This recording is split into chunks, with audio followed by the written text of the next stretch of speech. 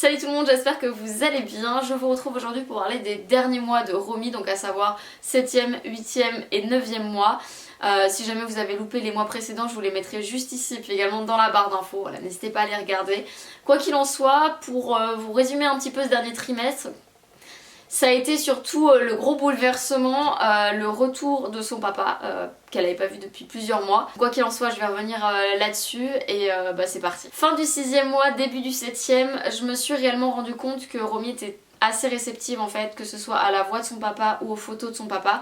On n'avait pas réellement l'occasion de communiquer avec lui, donc c'est vrai que je m'en suis rendu compte parce que Liam en fait avait des histoires préenregistrées de son papa et donc quand il écoutait les histoires elle était assez réceptive, elle regardait tout de suite et pareil pour les photos en fait. Liam avait soit des photos détachées soit carrément un album photo. Quand il entendait sa soeur pleurer, tout de suite il prenait une photo qu'il avait de son papa et il venait lui donner et il disait tiens mais regarde je te donne la photo de papa ça ira mieux et lui à chaque fois il faisait ça.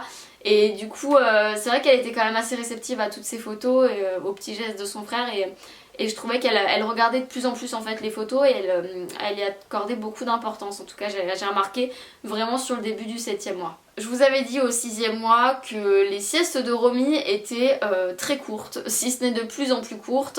Ça s'est avéré aussi au cours du 7e mois. Romy faisait que des micro-siestes, c'était vraiment de pire en pire et c'était à coup de 10 minutes, 15 minutes grand maximum. J'arrivais à lui faire des siestes dans un transat qu'on nous avait prêté, là encore une fois je vous en avais déjà parlé. Ça a continué en fait tout le 7e mois, c'était très compliqué. Que des micro-siestes, impossible de la rendormir, vraiment je galérais pour la rendormir parce que Romy elle me voit, elle a envie d'être dans mes bras et j'arrive pas à la rendormir en fait.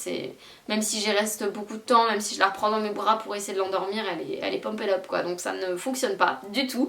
Et ça a été un peu ça tout le 7e mois. Heureusement je me disais qu'elle allait à la crèche aussi quand même de temps en temps parce que là-bas elle dormait un peu plus quoi et donc du coup elle se faisait des plus grosses siestes, donc des siestes de 1 heure par exemple qu'elle faisait pas du tout à la maison quoi, donc c'était même pas 1 heure sur toute la journée quoi et c'était toujours des trucs de saccadés de 10 minutes quoi, donc c'était compliqué pour moi aussi à gérer parce que je pouvais rien faire en fait. 10 minutes c'est très court et donc du coup en plus t'as pas envie de faire de bruit parce que tu dis oh mon dieu si je la réveille, donc tu fais rien pendant 10 minutes, ta vie s'arrête un petit peu et puis au final t'avances pas quoi, donc c'était un petit peu compliqué le 7e mois. Ça l'est toujours encore un petit peu parce que Romy a un sommeil très léger et qu'elle dort pas beaucoup. Mais voilà, on y travaille. Toujours pendant le 7e mois, elle a eu un gros pic de fièvre. Alors ça n'a pas duré beaucoup, ça a duré que 2 jours. Mais pendant 2 jours, elle m'a fait de la fièvre. Elle était très collée à moi. Je me suis dit que ça allait être les dents qui la travaillaient parce que j'avais remarqué ça en fait pour ses 2 premières dents. Elle était très collée à moi, donc les 2 premières dents ont mis quand même un bon mois à sortir.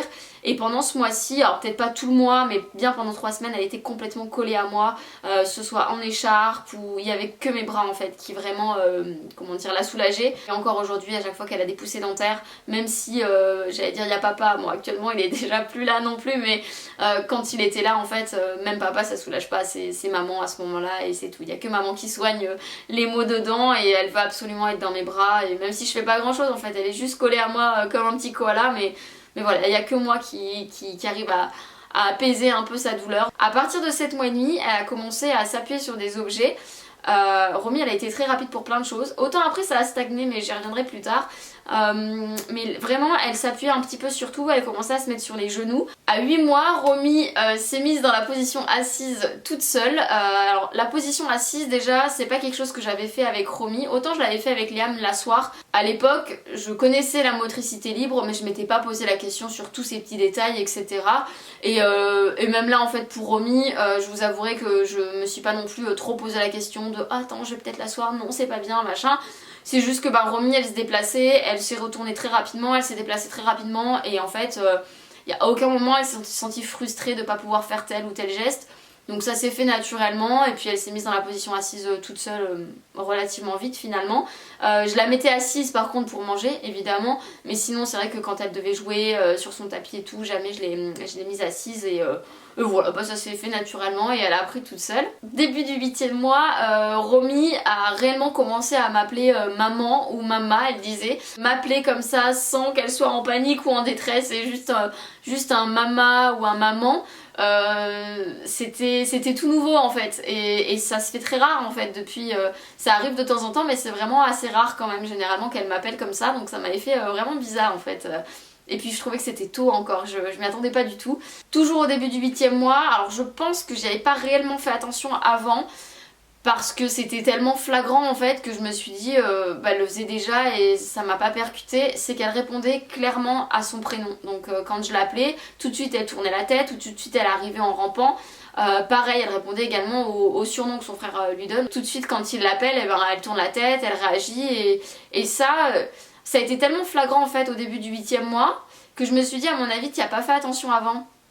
Mais bon, en tout cas ça a été assez direct et elle répondait systématiquement à son prénom ou à son surnom quoi. À partir de ces 8 mois et demi, là elle a commencé à réellement jouer seule ou alors jouer avec son frère pendant de très longues périodes. Donc vraiment je pouvais les laisser et jouer longtemps tous les deux sans que j'intervienne, sans qu'elle m'appelle, sans que...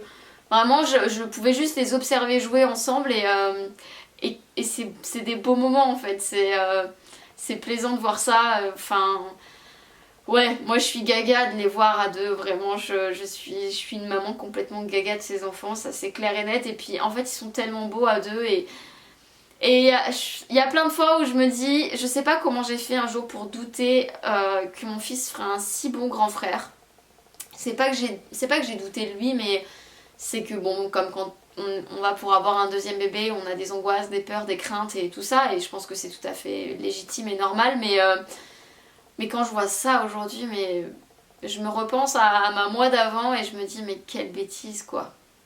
Fin du 8e mois, début du 9e, j'ai commencé à déchanter parce qu'en fait c'est à partir de là que la Romy un peu indépendante qui commençait à prendre son indépendance et à faire des choses seule ou à jouer avec son frère etc. et que finalement je pouvais commencer à avoir un peu de temps libre pour moi, ça n'a pas duré parce que il y a eu certainement les dents qui ont commencé à la travailler à ce moment-là. Elle était H24 collée à moi tout le temps, tout le temps, tout le temps, mais tellement que en fait ces derniers mois ont été vachement oppressants pour moi de ce côté-là parce que ça fait des mois en fait que ça dure ces dents et du coup ça a été et ça l'est toujours encore aujourd'hui, c'est hyper oppressant parce que je ne peux rien faire sans être collée à Romy et vice versa et du coup ben, ça t'empêche de faire plein de choses quoi et d'avancer dans tous tes autres projets mais bon voilà, je me dis que ça va être qu'un temps et c'est là où je me suis rendu compte qu'elle était en train de nous sortir 4 dents quoi, enfin pas réellement. Au début j'ai dit 4 dents parce que généralement les dents sortent par 2 sauf que c'était très très étrange. Romy a sorti d'abord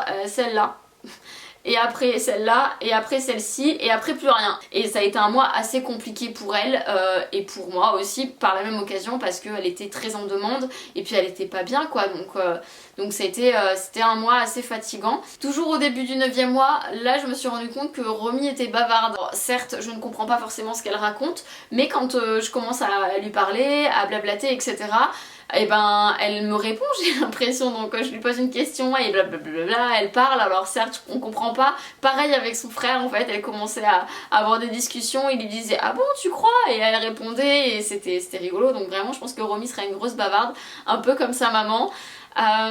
Pareil elle a commencé à dire non, alors pas non aussi clairement que ce que je vous dis mais c'était quand par exemple elle avait pas envie de faire quelque chose, tout de suite elle réagissait et elle me disait nanana, nanana et je me suis rendu compte qu'aussi elle employait le oui, alors elle disait pas oui, elle disait da et ça a été en fait je m'en suis vachement rendu compte sur le moment des repas quand je lui disais est-ce que tu en veux ou etc et ben là elle commençait à faire nanana, da et elle faisait comme ça avec sa tête et donc du coup je me suis dit ok da ça veut dire oui donc c'est là où on a commencé à introduire du coup le langage des signes, je l'avais pas fait jusqu'à présent.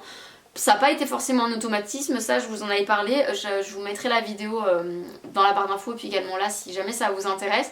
Je vous avais parlé qu'on avait fait ça avec notre fils et du coup ben, on a commencé à l'introduire avec Romy quand on s'est rendu compte qu'elle essayait réellement de communiquer avec nous. Quand je vois qu'elle perd patience et tout, je trouve que le langage des signes ça avait vachement aidé pour ça en fait avec Liam et c'est pour ça qu'on l'a bien réintroduit là. Et puis c'est rigolo parce que Liam adore parler en langage des signes avec sa sœur donc voilà, c'est vrai qu'on l'a pas mal réintroduit là et on essaye de le faire au maximum. Alors c'est pas sur tout, mais sur des choses assez clés et pour arriver à communiquer plus facilement. Il y a eu des gros changements dans ce 9e mois et dans ce dernier mois du coup dont je vais vous parler aujourd'hui puisqu'il y a eu le retour de leur papa. Ce qui a été bien c'est que sur les dernières semaines en fait avant qu'ils rentrent on a pu communiquer et on a pu le voir en vidéo donc ça a été quand même une certaine approche d'un côté pour les enfants, surtout pour Romy en fait, parce que bon, pour Liam c'était différent mais pour Romy qui avait quitté son papa à 4 mois c'était quand même un réel changement. Elle a pas vécu avec lui pendant les 4 derniers mois de sa vie et il revient, elle a 9 mois. Donc du coup, ça a été une petite transition qui était quand même assez sympa. Alors moi je m'étais pas fait des plans sur la comète à me dire ça va se passer comme ça va se passer comme ça. Je m'étais dit on verra. Nous dans tous les cas on s'était dit on va pas forcer les enfants. Si par exemple il y a un rejet que ce soit du côté de Liam de bon bah écoute t'es parti pendant tant de temps et du coup bah, j'ai envie de t'en faire baver et je vais pas t'adresser la parole, j'ai pas envie de te voir ou j'en sais rien. Ce qui s'est pas passé donc on a eu beaucoup de chance mais je sais que ça peut arriver dans certaines familles.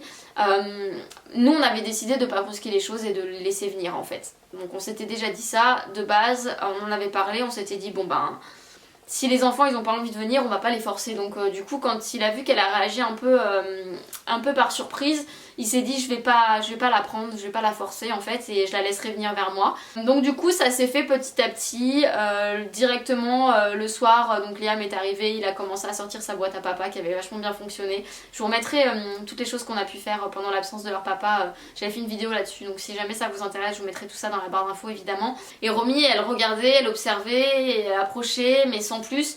Donc lui il a laissé venir et ça a duré comme ça pendant quelques jours où c'était à tâtons en fait. Et puis au final bah, ça s'est fait naturellement et c'est comme si au final il était pas parti mais c'est vrai qu'il y a eu 2-3 jours où elle se disait ok qui est cette personne, j'ai besoin de m'y réhabituer, en même temps il est réellement là, c'est pas qu'une photo. Il y a eu un petit truc, un petit bug quoi. Ah oui et truc aussi de fou, c'est-à-dire que Romy, donc son papa est rentré le lendemain, on était assis sur le canapé, elle était avec nous et là elle se retourne et elle commence à se mettre debout. Et on s'est regardé, j'étais là genre mais non quoi. Et c'était un truc de fou, on s'y attendait pas du tout. Et j'ai vraiment eu l'impression qu'elle avait attendu son papa pour lui montrer regarde, je t'ai attendu tout ce temps, mais je t'ai attendu pour te montrer que je sais faire ça et je sais me mettre debout. Et ça c'était quand même une sacrée étape. Romy s'est mise debout le lendemain du retour de son papa quoi. Donc là on était toujours en cododo, on n'avait pas changé parce que Chris rentrait ou quoi que ce soit. En plus Romy elle était en plein dans j'ai besoin d'être collée à maman parce que je fais mes dents et tout, donc clairement on s'est pas dit oh on va la changer de chambre. Donc elle a regardé avec nous etc. Et à la fin du 9e mois on s'est dit est-ce que en fait on se dérangerait pas mutuellement pour dormir. Parce que j'avais l'impression qu'en fait elle se réveillait mais qu'on la réveillait quand on dormait. Et pourtant ben on fait pas de bruit quand on dort, on ronfle pas tous les deux et du coup à la fin du 9e mois on s'est dit ok écoute on la passe dans sa chambre et là alors il y a eu une petite semaine de transition où au final en fait c'est Chris qui prenait vachement le relais, en fait il se levait toutes les nuits et moi je dormais, j'ai pu en profiter pour me reposer et c'est lui qui se levait systématiquement. C'est à ce moment là où on s'est rendu compte qu'en fait, ce qui est toujours le cas en fait aujourd'hui, hein, c'est que Romy quand elle se réveille, si c'est moi qui interviens tout de suite, elle se met debout, elle est réveillée et c'est maman, maman, maman. Si c'est Chris, il vient, il lui donne sa sucette et elle se rendort immédiatement quoi. Donc voilà grosso modo tout ça. Donc en fait depuis qu'il est rentré, quand il est présent, c'est systématiquement lui qui se lève la nuit et également pour la sieste, c'est lui qui y va, c'est lui qui l'endort. Le soir aussi c'est lui qui l'endort parce qu'en fait ça va beaucoup plus vite avec lui qu'avec moi donc du coup voilà, généralement c'est ce qu'on fait, on essaye d'échanger de temps en temps parce que comme ça il y en a un qui s'occupe de Liam pour lui lire l'histoire etc. Et pendant ce temps il y a l'autre qui endort Romy. On essaye d'échanger histoire que ce soit pas toujours la même personne pour l'histoire, enfin c'est de toute façon généralement c'est Liam qui choisit. Qu'il en soit, je reviendrai plus tard pour vous expliquer la suite de cette histoire. Mais voilà du coup pour les 3 derniers mois de Romy. Sur ce j'espère que cette vidéo vous aura plu, je vous dis à très bientôt dans une prochaine et jusque là prenez soin de vous. Ciao.